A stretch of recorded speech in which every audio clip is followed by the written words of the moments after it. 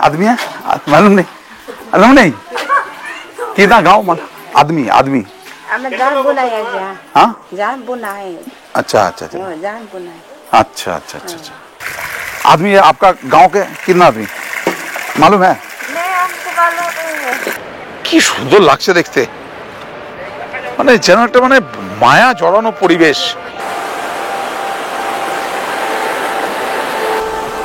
কতটা জল দেখুন, যা লাগছে কি বলবো।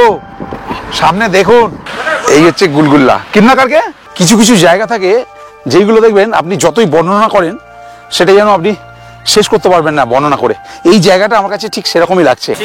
চিকেন পকোড়া আছে। ও বেঙ্গলি মালুম হ্যাঁ? ও বাঙালি আছেন? আচ্ছা, একটা বাঙালি দেখা পেয়ে গেলাম, যাক ভালোই হয়েছে। খানিকটা বাংলায় কথা বলে নি।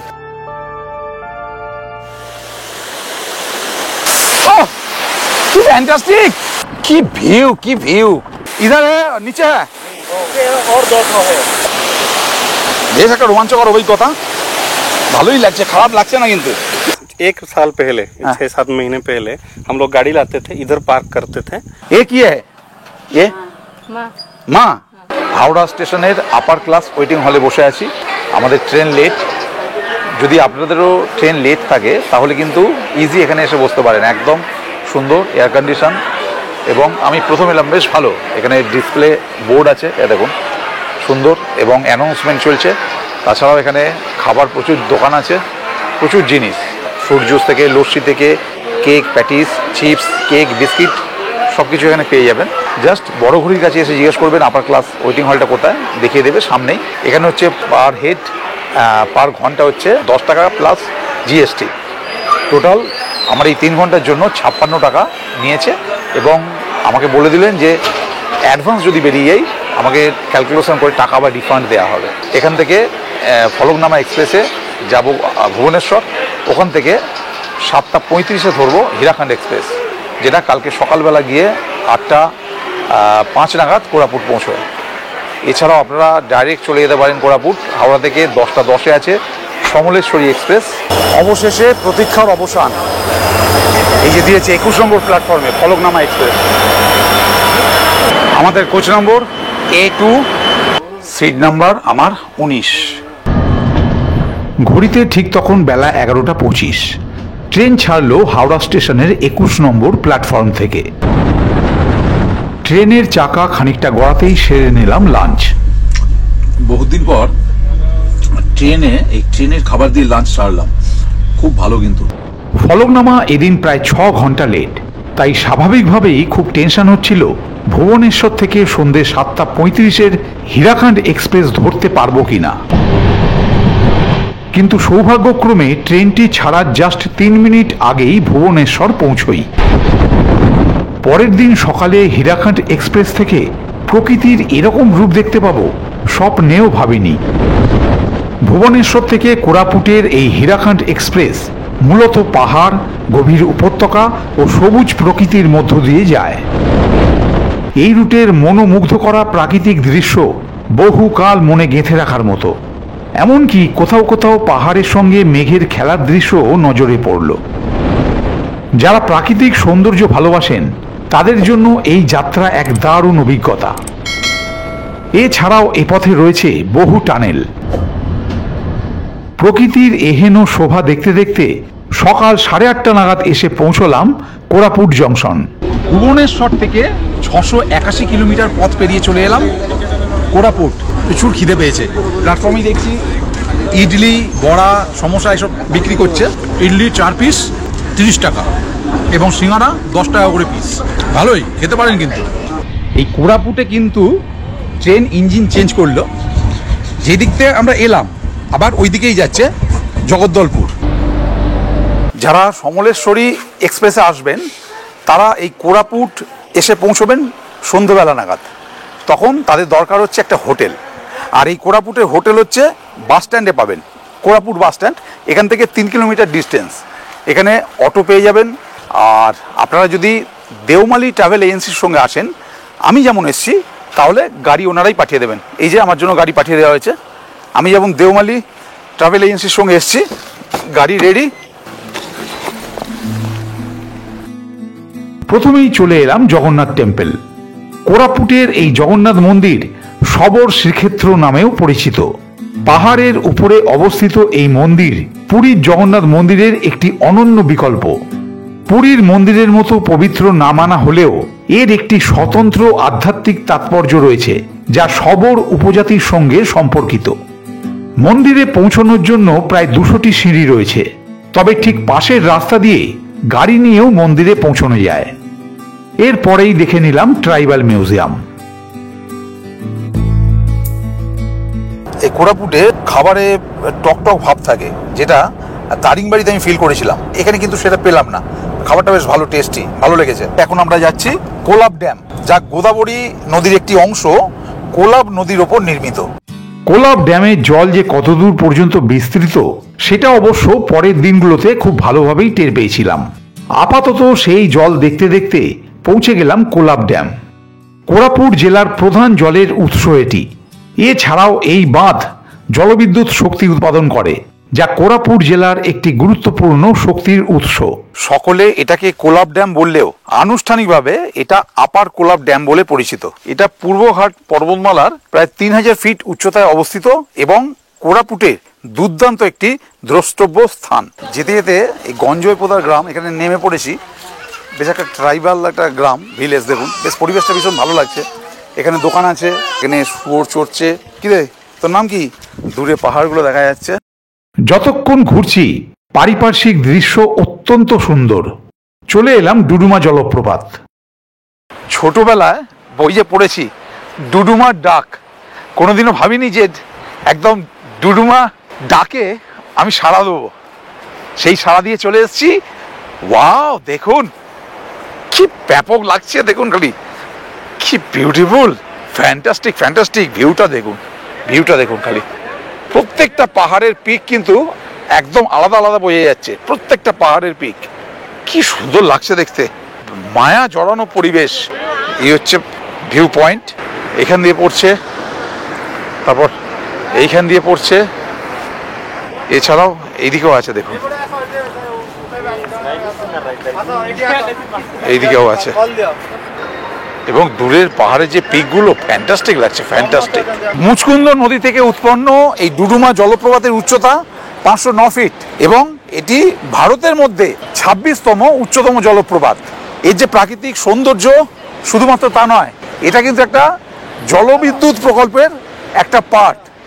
আশুতোষ ভট্টাচার্য রচিত এখানকার পার্বত্য অঞ্চলের বন্ডা উপজাতির উদ্দেশ্যে লেখা ভ্রমণ কাহিনী ডুডুমার ডাকের কথা বারবার মনে পড়ছিল।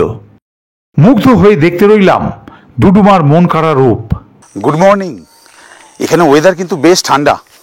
সারা রাত্রি এসি তো দূরের কথা, আমাকে বরং মাঝরাতে ফ্যান বন্ধ করে দিতে হয়েছে, রীতিমতো চাদর চাপা দিতে হয়েছে। তাও দেখছি সকালে উঠে গলা ব্যথা। আমাদের কলকাতায় যখন 46 টেম্পারেচার হয় এপ্রিল মে মাসে, তখন এখানে ম্যাক্সিমাম 28-30, এর বেশি ওঠে না টেম্পারেচার। অতএব সারা বছরই বেশ একটা প্লেজেন্ট ওয়েদার থাকে, দারুণ। এখানে খাওয়া দাওয়ার জন্য ম্যাক্সিমাম কিন্তু ইডলি, বড়া, পুরি সবজিও পাবেন। এই যেমন ইডলি নিয়ে নিয়েছি 5 টাকা করে পিস, দেখুন মোটামুটি বড় বড় সাইজ। তার সঙ্গে একটা সবজি আছে, ঘুগনি টাইপের চাটনি আছে, ভালো, খারাপ না। ব্রেকফাস্ট করে সাইড সিংয়ে বেরিয়ে পড়লাম। এখন যাচ্ছি জলধারা ওয়াটারফলস, যেটা কোরাপুট থেকে অ্যাপ্রক্সিমেট 65 কিলোমিটার। আমার কোরাপুট ভ্রমণের উদ্দেশ্য বেশ কিছু একেবারে অফবিট জায়গা আপনাদের দেখানো, যা এখনো জনসমক্ষে আসেনি, অথচ ছবির মতো সুন্দর সেই সব জায়গা। আর সেরকমই একটি জায়গা হলো জলধারা ওয়াটারফলস। এই গ্রামটার নাম হচ্ছে লুল্লা। এই হচ্ছে লুল্লা গ্রাম, এত সুন্দর।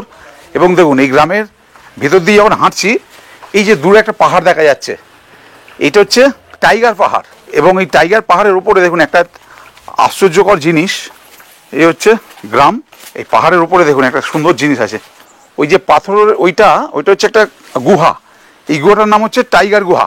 এইটা 3 কিলোমিটার মতো রাস্তা আছে এই গুহার ভেতর দিয়ে। এইটা একটা নদীতে গিয়ে মিশেছে। দুটো ছেলে নাকি এর ভেতর দিয়ে হেঁটে গিয়েছিল কোনো একটা সময়। একজন ওখানে বেরোতে পেরেছিল, আর একজন নিখোঁজ, একদম গুম হয়ে গেছে, তাকে পাওয়া যায়নি। আর এখনো পর্যন্ত এখানে বাঘ, ভাল্লুক সব আছে। लूला पंचायत। লুলা পঞ্চায়েত। हाँ हाँ। এ কে হ্যাঁ? चिन्नी। এটা হচ্ছে উচ্ছে দিয়ে এবং বেসন দিয়ে ভাজা, খুব সুন্দর খেতে। এছাড়াও বরবটি একটা তরকারি আছে, ডাল, পাঁপড়, মাছের একটা বড় রিং সাইজের পিস। যত ঘুরছি মনে হচ্ছে সম্পূর্ণ কোরাপুট জুড়েই রয়েছে লক্ষ লক্ষ ভিউ পয়েন্ট। এমনিতেই যে কোনো অফবিট জায়গায় ঘোরার মজাই আলাদা, একটা অন্য অনুভূতি কাজ করে। আর এই যে রুটে যাচ্ছি, এই রুটের মানে যে রোড ভিউ ব্যাপক, দেখুন মানে রীতিমতো পাগলা করা রোড ভিউ। এবং সম্পূর্ণ রাস্তাটাই কিন্তু এরকম, শুধু পাহাড় আর ভ্যালি, যেটা খুব রেয়ার দেখতে পাওয়া যায়। মেন রোড ছেড়ে মাটির রাস্তায় ঢুকে গেলাম, মানে এই যেন আরো রোমাঞ্চকর, আরো অসাধারণ ভিউ। এরকম আননোন অফবিট জায়গা নিজের দেখতে তো ভালো লাগেই, এবং কভার করতেও খুব সুন্দর লাগে। এত মানে মানে মনে মনে আনন্দ লাগে যে হ্যাঁ, এরকম জায়গাগুলো আপনাদের দেখাতে পাচ্ছি। দেখুন কি ব্যাপক। এই ধার দিয়ে একটা নদী মতো বয়ে গেছে, পাহাড়িয়া নদী ছোট্ট। এবং এখানে দেখুন আমরা চলেছি একদম জঙ্গল এবং পাহাড়ের ভিতর দিয়ে। সামনে রাস্তা দেখা যাচ্ছে না, ও এখান দিয়ে গাড়ি যায় নাকি? কতটা রোমাঞ্চকর জায়গা দেখুন। এই জল যাচ্ছে রাস্তার উপর দিয়ে, বেশ অনেকটাই জল। তো দাদা নেমেছেন গাড়ি যাবে কিনা দেখার জন্য। দাদা দেখে এসে বললেন যে গাড়ি যাবে। দেখুন এই যাচ্ছি যথারীতি, কতটা জল দেখুন। নাইস, মানে এরকম অফবিট জায়গায় যখন ঘুরতে আসবেন নিজেরই একটা আনন্দ লাগবে। আপনারা যদি এই কোরাপুটে আসেন অবশ্যই কিন্তু এই দেওমালি ট্রাভেল এজেন্সির সঙ্গে যোগাযোগ করবেন, এই দাদার সঙ্গে। দাদা একদম সুন্দরভাবে আন্তরিকতার সঙ্গে ঘোরাবেন, যেমন ঠিক আমায় ঘোরাচ্ছেন। এ দেখুন সামনেও, এখানেও তাই, এ দেখুন এখানেও তাই, একই জিনিস। দুর্দান্ত। এ দেখুন এখানে একই জিনিস, এখানেও আমরা এই জলটা পেরিয়ে যাব।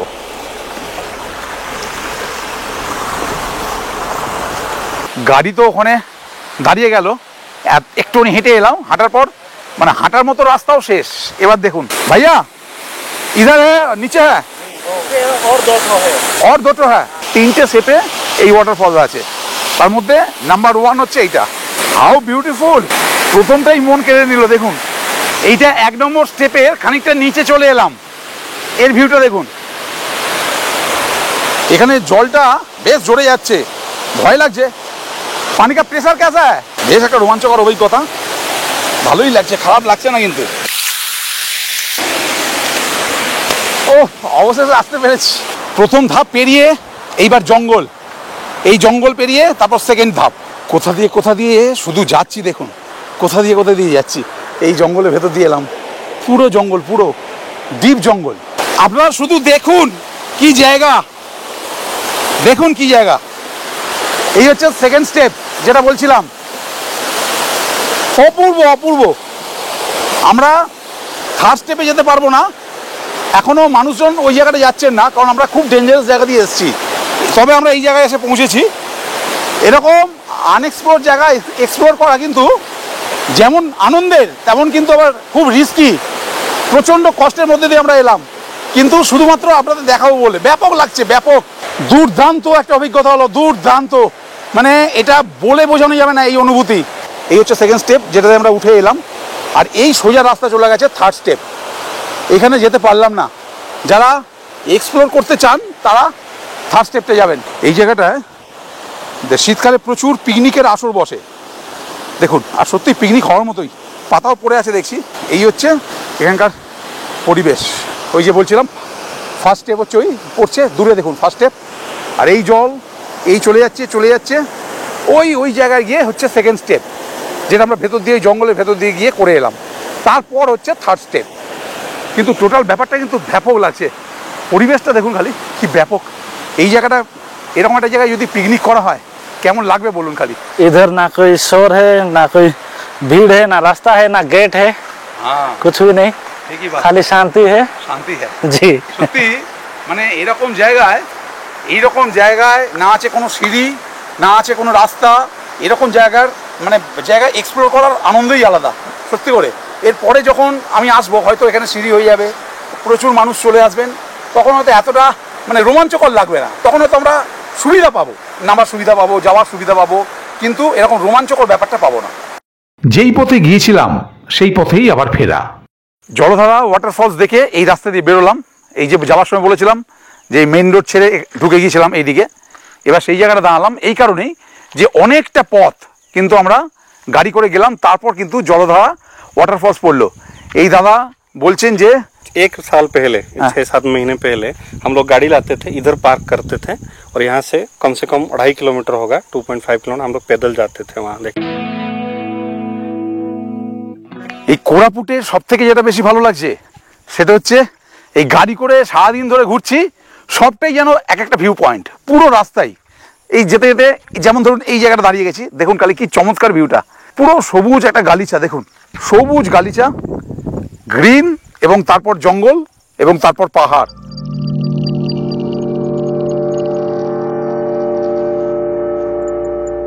এখন আমি চলে এসেছি কোরাপুটের যশোমন্তপুর গ্রাম। এই হচ্ছে যশোমন্তপুর গ্রাম। এখানে কান্ধা, সান্তাল, কুই, পারজা এরকম প্রচুর জনজাতি থাকে। একটা সময় মানে 15 বছর আগেও এখানে এরকম নিয়ম চালু ছিল, ধরুন যে কোনো ছেলে একটি মেয়েকে তুলে নিয়ে গিয়ে বিয়ে করতে পারতো। অবশ্যই সেক্ষেত্রে কিন্তু সেম কাস্ট হওয়া দরকার, পারজা বলুন বা কুই বলুন বা সান্তাল বলুন, যে কোনো কাস্ট কিন্তু সেম কাস্টের একজনকে দিয়ে পালিয়ে যেতে পারতো এবং পালিয়ে গিয়ে বিয়ে করতে পারতো। যদি এখন সেই নিয়ম বলবৎ নয়। आदमी आपका गांव के कितना आदमी मालूम है? नहीं, हमको मालूम नहीं है। आप लोग को मालूम है कितना इस गांव का है? अच्छा अच्छा अच्छा, ये देखो ये बच्चा देखो किस स्वीट आदमी है, मालूम नहीं कितना गांव आदमी हमें जान बुना है क्या? हाँ जान बुना है।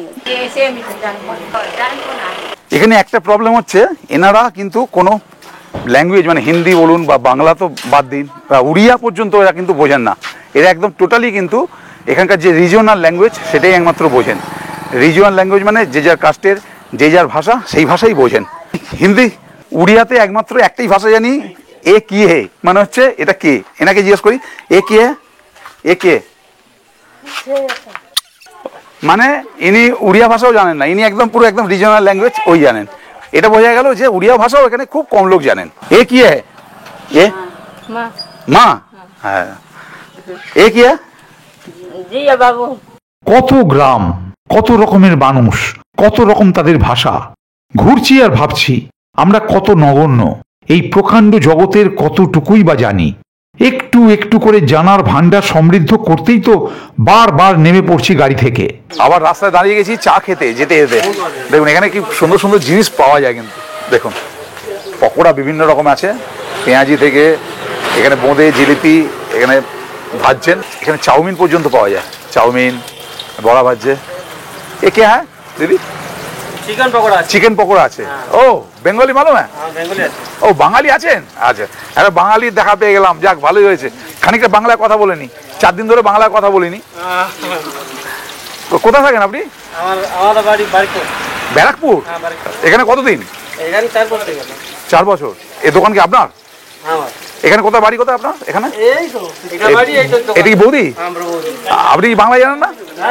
ও এইবার চলে এলাম আরেকটি জগন্নাথ মন্দিরে। আগেরটা যেমন ছিল শবর শ্রীক্ষেত্র, এটা হলো চন্দন শ্রীক্ষেত্র। এখানে এত চন্দন গাছ, যার জন্য এর নাম হচ্ছে চন্দন শ্রীক্ষেত্র। এ দেখুন এই হচ্ছে চন্দন গাছ, এই হচ্ছে চন্দন গাছ, এবং এখানে চন্দন গাছের জঙ্গল ছিল একটা সময়, যার জন্য এটা হচ্ছে চন্দন শ্রীক্ষেত্র। এই হচ্ছে মূল মন্দির, জগন্নাথ মন্দির, এবং এই মন্দির সারাউন্ডিং কিন্তু প্রচুর মন্দির আছে। দেখুন এটা গণেশ মন্দির, এটা সব মন্দিরগুলো কিন্তু একটা একই আদল টাইপের, একটা রথের মতো আকার। দেখুন প্রত্যেকটা মন্দিরই তাই। মানে পুরীর যে আমাদের মূল মন্দির, পুরীর মন্দিরের পরই কিন্তু কোরাপুট, এবং তারপরই হচ্ছে এই চন্দন শ্রীক্ষেত্র। এই হচ্ছে হনুমান টেম্পল। আর এছাড়াও কিন্তু এখানে আছে বিমলা টেম্পল, লক্ষ্মী টেম্পল।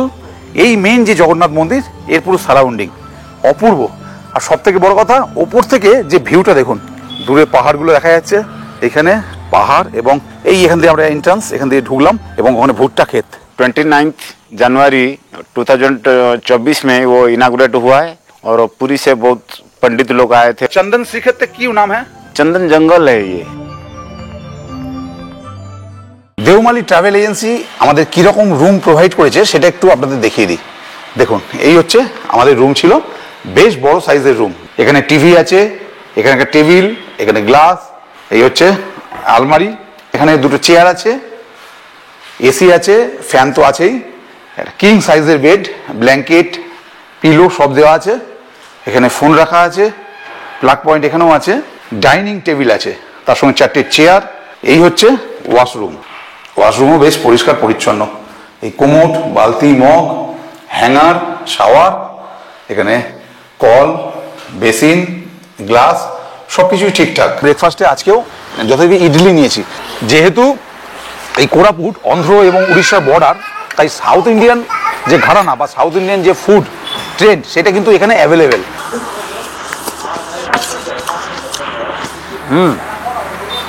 দারুণ দারুণ। 3 রকম চাটনি আছে, সাম্বা আছে, এছাড়াও একটা চাটনি আছে। আজকে আমরা প্রথমেই যাচ্ছি বালদা কেভ। এই কোরাপুট থেকে বালদা কেভের ডিস্টেন্স প্রায় 70 কিলোমিটার। পরশুদিন যে কোলাব ড্যাম গিয়েছিলাম, সেই কোলাব ড্যামের যে জল সেটা পুরো স্প্রেড হয়ে আছে চারিদিকে, মানে একদম 40 কিলোমিটার পর্যন্ত এখনো সেটা চলছে। দেখুন আজকে বেরিয়ে দেখুন, জানলা দিয়ে দেখুন সেই কোলাব ড্যামের যে জল। দেখুন এখানে এইদিকে বলুন বা এইদিকে বলুন, দেখুন সব দিকে কিন্তু কোলাব ড্যামের জল কিন্তু চারিদিকে কিন্তু ছড়িয়ে আছে। উড়িষ্যার জয়পুরের রাজা বিক্রমদেব এই কোরাপুট ডিস্ট্রিক্টের মধ্যে ওনার শাসনকালে 20 কিলোমিটার অন্তর অন্তর একটা করে লোকালিটি বানিয়েছিলেন। যেমন এরকম একটা লোকালিটির মধ্য দিয়ে আমরা যাচ্ছি, সেটা হচ্ছে জায়গাটার নাম সেমিলিগুড়া। মেইন রোড থেকে 4 কিলোমিটার ভেতরে গেলে বালদা কেভ। এই যে 4 কিলোমিটার যে গ্রামটার উপর দিয়ে যাচ্ছে, এটা হচ্ছে বালদা গ্রাম। অনেকটা উঁচুতে চলে এসেছি। ওই দূরের যে পাহাড়গুলো দেখুন, ওই দূরের যে পাহাড়গুলো সেগুলো সব নিচু হয়ে গেছে, আমরা তার উপরে চলে এসেছি। প্রত্যেকটা পাহাড় দেখুন নিচু, কিন্তু আমরা অনেকটা উঁচুতে আছি। এই হচ্ছে বালদা কেভ। দেখুন এখানে লেখা আছে বালদা কেভ বোর্ডের মধ্যে। কোলাবের যে জল সেটা এখান থেকেও দেখা যাচ্ছে, মানে কতটা বিস্তৃত এই কোলাব ড্যামের জলটা, এবং অসম্ভব সুন্দর ভিউ একটা। এই হচ্ছে বালদা কেভের সিঁড়ি। অনেক কেভ দেখেছি, কিন্তু এই কেভের একটা বিশেষত্ব আছে, সেটা দেখুন।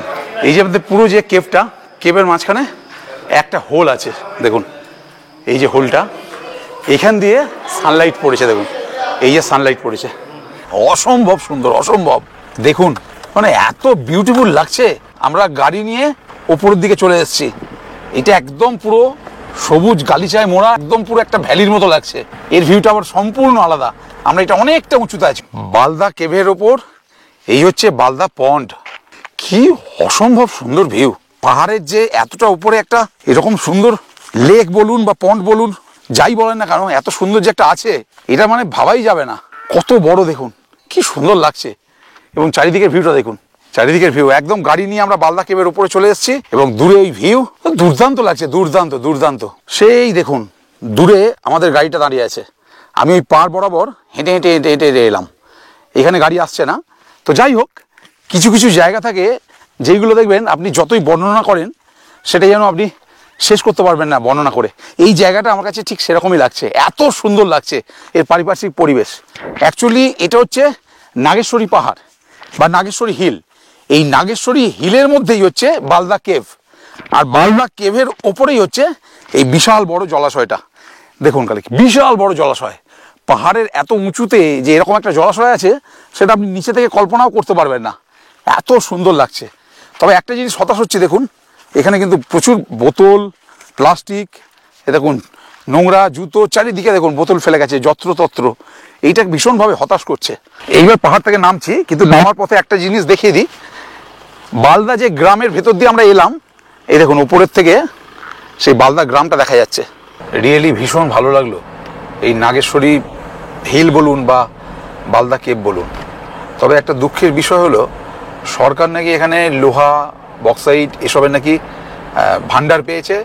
সেই জন্য নাকি শুনলাম এখানে খনন কার্য শুরু হবে বা মাইন্স বানাবে আর কি। তাতে করে কি হবে, এসব যে ট্যুরিস্ট স্পটগুলো নষ্ট হয়ে যাবে।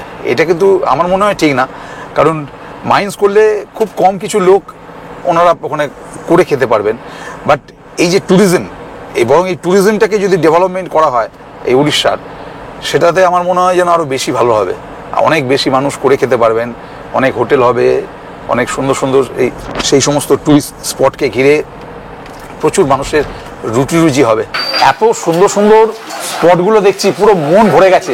আজকে যে বাড়ি ফিরবো তার যে দুঃখ সেটা ভুলে গেছি। সেই আনন্দে আজকে কিন্তু মাটন নিয়ে নিয়েছি। খুব ইচ্ছা করছিল মাটন খেতে। এটা কিন্তু প্যাকেজের মধ্যে নয়, আমি এক্সট্রা টাকা দিয়ে দাদাকে বলেছি আজকে মাটন এখানে যেখানে বিখ্যাত সেখানে নিয়ে চলুন। এই নন্দপুর কিশোর ধাবা, এখানে মাটন এবং দেশি চিকেন বিখ্যাত। লাঞ্চের পর চলে এলাম রানী ডুডুমা জলপ্রপাত। মেন গেট থেকে খানিকটা হাঁটা পথ, তবে বিশেষ ওঠানামা নেই। পরশুদিন গিয়েছিলাম ডুডুমা, সেই ডুডুমার ডাক যেন কিছু ছাড়ছে না। আবার তাই চলে এসেছি রানী ডুডুমা ওয়াটারফল। কি সুন্দর লাগছে দেখতে, জলটা সেই উঁচু থেকে পড়ছে দেখুন। ও পাগলা পাগলা, রিয়েলি ও কি ফ্যান্টাস্টিক। মানে প্রত্যেকটা ওয়াটারফল তার এক এক রকম ভিউ। নন্দকুমারের যিনি রানী, উনি নাকি এখানে চান করতে আসতেন, তাই জন্য নাকি এইটার নাম রানী ডুডুমা। যখন প্রচুর পরিমাণে বৃষ্টি হয় তখন এই যে জলটা এখান দিয়ে পড়ছে, এই জলটা একদম ওখান থেকে শুরু করে একদম এত অবধি, মানে এত অবধি পুরো চওড়া হয়ে জলটা পড়ে। মানে জলটা একদম ওখান থেকে যেখান থেকে পড়ছে ওখান থেকে শুরু হয়, একদম এত অবধি চওড়া হয়ে পুরো জলটা পড়ে। নন্দপুর পাহাড়ের চূড়ায় অবস্থিত এবং কোরাপুট জেলার অন্যতম সেরা পর্যটন কেন্দ্র এই রানী ডুডুমা জলপ্রপাতটি অত্যন্ত স্বচ্ছ জলপ্রবাহের জন্য বিখ্যাত। এর নৈসর্গিক পারিপার্শ্বিক দৃশ্য খুব সহজেই আমার মন জয় করে নিল।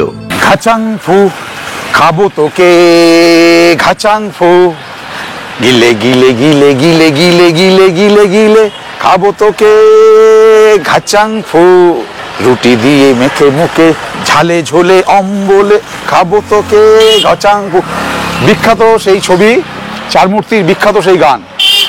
এই গানের শেষ লাইনটা ছিল গুলগুল্লা গুলগুল্লা গুলগুল্লা গুলগুল্লা, মনে আছে সকলের? ওই গুলগুল্লা একটা খাবারের নাম। এখানে দেখুন, এই হচ্ছে গুলগুল্লা। কিतना करके 5 रुपया वाला। এইটা মেনলি আটা, সুজি, মৌরি এবং গুড় দিয়ে বানানো হয়, দুর্দান্ত খেতে। সেটা খাবো। দেখুন এই হচ্ছে গুলগুল্লা, এখানে খুব ফেমাস খাবার। এই দেখুন খুব ফেমাস খাবার, এই হচ্ছে গুলগুল্লা। এইটা হচ্ছে গুলগুল্লা, 5 টাকা করে পিস। আমি একটা রিকোয়েস্ট করছি, আপনারা যখন এখানে আসবেন এই গুলগুল্লাটা কিন্তু খাবেনই। ইভিনিং স্ন্যাক্সে খেয়েছিলাম এই গুলগুল্লা, ব্যাপক খেতে, ব্যাপক। আপনারা যখন আসবেন অতি অবশ্যই কিন্তু খাবেন। মনের আনন্দে গুলগুল্লা খেতে খেতে এইবার চললাম আমার স্বপ্নের রাজ্য দেওমালির উদ্দেশ্যে। সেই দেখুন ওই যে দূরে দেখা যাচ্ছে পাহাড়ের উপর প্রচুর মেঘ, ওইখানে আমরা যাব। ওই জায়গাটা হচ্ছে দেওমালি, উড়িষ্যার সব থেকে উচ্চতম শৃঙ্গ। দেওমালি গেট পেরোনোর পর থেকে রাস্তার দৃশ্য যেন আরো ভয়ঙ্কর রকমের সুন্দর হয়ে উঠল। যত এগোচ্ছি প্রকৃতি যেন ততই আমাকে তার মায়ার বাঁধনে বেঁধে ফেলছে। প্রকৃতির মনোমুগ্ধকর রূপ দেখতে দেখতে অবশেষে এসে পৌঁছলাম 1672 মিটার উচ্চতা বিশিষ্ট ওড়িশার সব থেকে উচ্চতম শৃঙ্গ দেওমালিতে। এই যে চলে এলাম দেওমালি। এখানে হচ্ছে এন্ট্রি ফি 100 টাকা করে পার গাড়ি এন্ট্রি ফি লাগে। এই 100 টাকা এন্ট্রি ফি দিয়ে ভিতরে ঢুকে গেলাম। দেখুন পুরো মেঘে মেঘাচ্ছন্ন, ওই দিকটা দেখুন পুরো মেঘাচ্ছন্ন, আর তার মধ্যে দিয়ে হালকা পাহাড়গুলো দেখা যাচ্ছে। কি অপূর্ব চমৎকার ভিউ। এই দিকটাও দেখুন, এই দিকটাও পুরো একদম মেঘে মেঘাচ্ছন্ন, অপূর্ব লাগছে, অপূর্ব।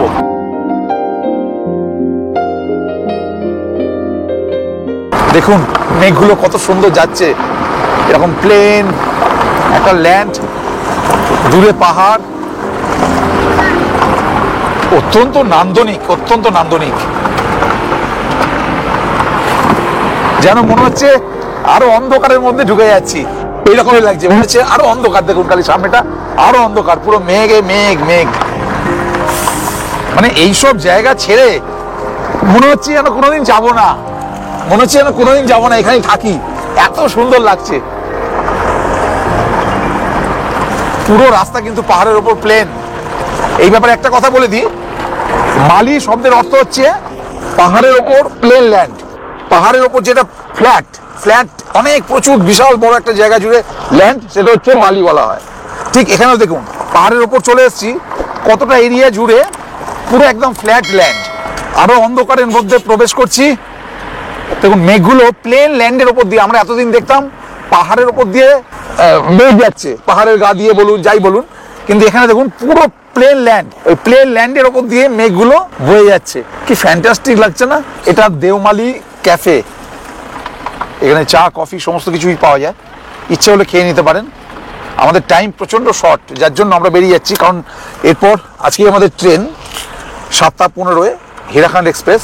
ও যা লাগছে কি বলবো, সামনে দেখুন কি লাগছে, এরকম প্লেন ল্যান্ডের উপর দিয়ে কন্টিনিউয়াসলি মেঘ খেলে বেড়াচ্ছে। কি ভিউ, কি ভিউ, ভোলার নয় মেমোরেবল ভিউ। শুধু একবার এই দেওমালি ট্রাভেল এজেন্সির সঙ্গে যোগাযোগ করে চলে আসুন, খালি একবার, কিছু না একটা খালি ফোন করবেন। এই তো ভিউ না, মানে ক্যামেরায় যেন বন্দি করা যাচ্ছে না। আমি নিজের চোখে যেরকম ফিল করতে পারছি, আমি জানি না আপনাদের দেখাতে পারছি কিনা। অসম্ভব সুন্দর ভিউ, অসম্ভব সুন্দর ভিউ, দুর্দান্ত লাগছে, দুর্দান্ত। পারিপার্শ্বিক যে ভিউ এত চমৎকার, কি বলবো, মানে বলে বোঝানো যাবে না, আমি পাগলের মতো হয়ে গেছি রিয়েলি। দেখুন ভিউটা, দেখুন ওই দূরে দেখা যাচ্ছে, দেখুন মেঘগুলো, উফ কি ভিউ, কি ভিউ। কোনটা ছেড়ে যে আপনাদের কোনটা দেখাবো নিজেই বুঝতে পারছি না। দেখুন প্রচুর টুরিস্ট এখানে এসছেন, প্রচুর। আর যেটা মেন ব্যাপার, একটু আগে কিন্তু এখানটা পুরো ফাঁকা ছিল, দেখুন মেঘে পুরো ভর্তি হয়ে গেল। এখানে ভিউগুলো যেগুলো ছিল, ভিউগুলো পুরো মিলিয়ে গেছে, পুরো সাদা হয়ে গেছে। দেখুন চারিদিকটা পুরো মেঘে ভর্তি। আর মেন এই দেওমালি যে পাহাড়, এটা পুরো শুরু হয়ে গেছে অনেক আগে থেকেই, কিন্তু মেন যে পয়েন্ট দেওমালি পিক পয়েন্ট, যেটা ভিউ পয়েন্ট, যেটা সেটা হচ্ছে এখান দিয়ে ট্রেক করে যেতে হয় এই 800 মিটার মতো, এই পাহাড়ের উপর থেকে। ওই পাহাড়ের উপর থেকে হচ্ছে মেন দেওমালি যে ভিউ পয়েন্ট, যেটা পিক পয়েন্ট, যেটা ওটা হচ্ছে 800 মিটার হেঁটে যেতে হবে। কিন্তু আমাদের তো এখন আর টাইম নেই, আজকে আমাদের ট্রেন অনেক লেট করে ফেলেছি। ভাবছি যে এত কেন লেটে এলাম এখানে। দেওমালি কথার অর্থ দেবতাদের আবাস। অনেকে আবার মনে করেন মালি কথার অর্থ হলো পাহাড়ের ওপর সমতল ভূমি। সেই রকমই দেওমালির মতো আরেকটি স্পট হলো তালামালি। দেওমালি থেকে আমরা চলে এসেছি তালামালি, এই যে পুরোটাই দেখছেন তালামালির ওপর দিয়ে এখন যাচ্ছি। যেহেতু ট্রেনে লেট হয়ে গেছে, স্টেশনে পৌঁছতে হবে, কোরাপুট থেকে ট্রেন, কিন্তু কোরাপুট আমরা গিয়ে পৌঁছবো না, আমরা তারপরে ট্রেন যখন দামানজুড়িতে আসবে ওখান থেকে উঠবো। যেতে যেতে আর এখানে নামছি না, এ দেখুন ওখানে লেখাও আছে, এই দেখুন ওখানে লেখাও আছে তালামালি, এই দেখুন তালামালি ভিউ পয়েন্ট। কি ব্যাপক দেখুন ভিউটা, এখানে নামলাম না, আপনাদের দেখিয়ে দিচ্ছি। এই হচ্ছে তালামালি, ওই দেখুন ওই একটা স্পট, প্রচুর ওখানটা টুরিস্ট আছেন, দাঁড়িয়ে দেখা যাচ্ছে, এখানেও টুরিস্ট আছেন। এই দেখুন দুর্দান্ত, দুর্দান্ত। এই হচ্ছে ভ্যালিটা, অপূর্ব সুন্দর, অপূর্ব সুন্দর ভিউ। এই দিকের ভিউটা দেখুন একবার সামনে, উফ নাইস।